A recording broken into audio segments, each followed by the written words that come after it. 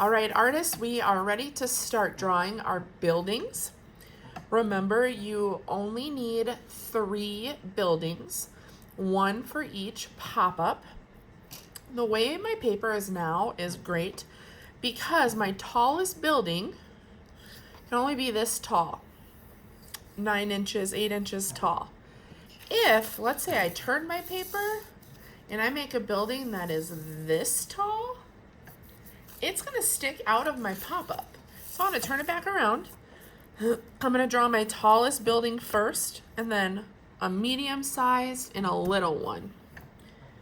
And you can use a ruler if you would like.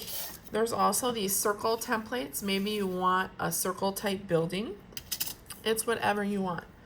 So this building, my tallest one, I think I'm gonna start with a base and I'm gonna draw lightly. And then I want it to, I'm not gonna go quite as tall as that, but I'm gonna go pretty close. All right. This is my shape and size of my first building. And then I'm gonna go in and add my details. I'm gonna draw. Of course, my building needs to have a door. I think this building is gonna have a bunch of circle windows.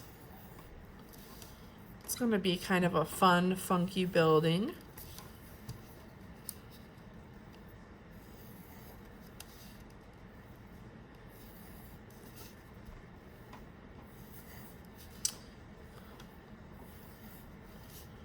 Put one more maybe up there.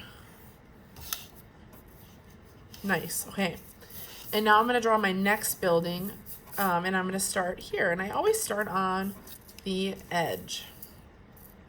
So I'm gonna go ahead, I'm gonna draw my other 2 buildings and maybe a few extras.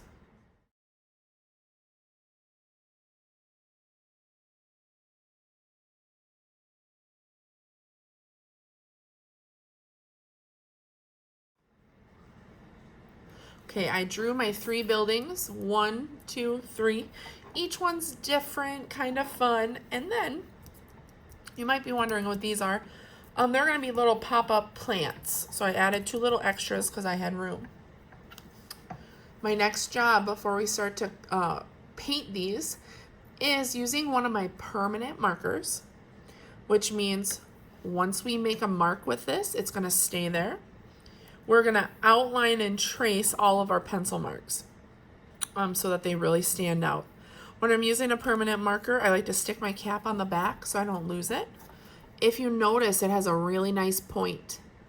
We wanna keep our permanent markers that way. And to do that, we don't jab it really hard or smush it really hard on our paper.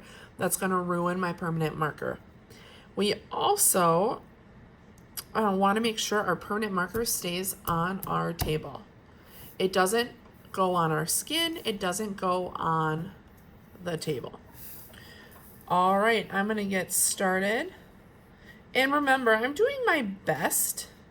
It's okay if it's not exact. Maybe I want to change some of these lines as I'm going because we'll erase them.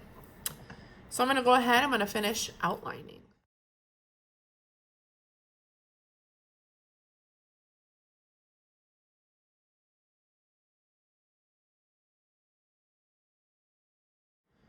Okay, I've outlined. My next step is to erase any pencil marks. It works best if you use a big eraser. And I also learned a trick where this hand, my left hand or your right hand, it's gonna hold the paper. And then inside this L is where I'm gonna erase. And it's best to go slow and not too fast because that'll rip your paper. Once I've erased that spot, you can move your L over and then erase inside the L. So I'm gonna keep erasing